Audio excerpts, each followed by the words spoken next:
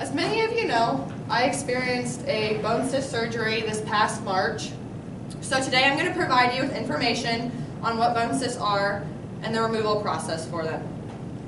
Bone cysts are fluid-filled sacs that are filled with blood that grow on your bone, and they affect your growth plates. They can be cancerous, but that's very rare. But during surgery, surgeons will biopsy it to make sure that it's not cancerous. My surgeon also told me that if it were to be cancerous, he would have to just stitch it back up and wake me up, because if it was cancerous, then I would have to amputate my leg. So I'm glad that that was not cancerous. There are two different types of treatments for bone cysts. One is they use your bone from any limb of your body to fill where the cyst was after they scrape it out. Another treatment is they will use cadaver bone to fill it, but surgeons don't really recommend you using cadaver bone because there is a greater risk of infection. Bone cysts mostly occur on the femur, the tibia, and the fibula. But today I'm going to teach you about tibia because that is what my experience is from. According to the researchers of Boston Children's Hospital, bone cysts are thought to be rare. They occur in about 1 in every million people in a given year. I know all this information because of me experiencing this.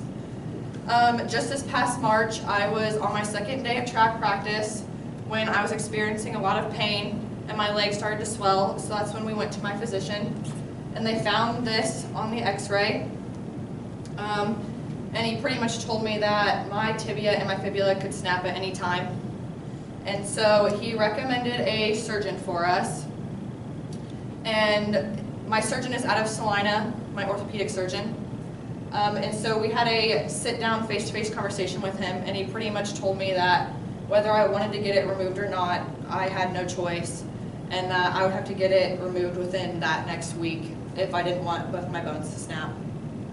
If both of my tibia and fibula would have snapped, I would be in a full leg cast for 6 months rather than being in a full leg cast for 6 weeks if I were to get it removed. He pretty much told me that the bone cyst in this picture, you can see it's very thin on the edge of my bone. He told me that when he goes in, there's a chance he could snap my bone because it's so close to the edge. And so he told me I could wake up with rods on both sides of my tibia, or I could wake up with just a full leg cast. And that's when surgery day came. So there's a selfie of me and my mom before me undergoing surgery. And sure enough, I woke up about an hour later with this big boulder on my leg. And I was in that for 6 weeks. That's the recovery process. You're supposed to be in it for 6 weeks with no weight bearing. So I missed my whole junior track season, but I'm thankful that I caught it, or else I would have snapped both my bones and I would be out of my junior and senior track season. These are really gross, but this is the post-surgery pictures when we went back for my 6-week appointment. That was before I got my hip stitches out, and the left is just my leg. So, to this day, I am still getting x-rays every 2 to 3 months to make sure that it is healing right. I found this research important to know because I came into the surgery not knowing anything, and I still had to get it out whether I knew nothing or if I knew everything about it. When undergoing something like this, you really learn to appreciate your body parts, because I couldn't walk for 6 weeks, and that was probably one of the worst things I've ever had to experience.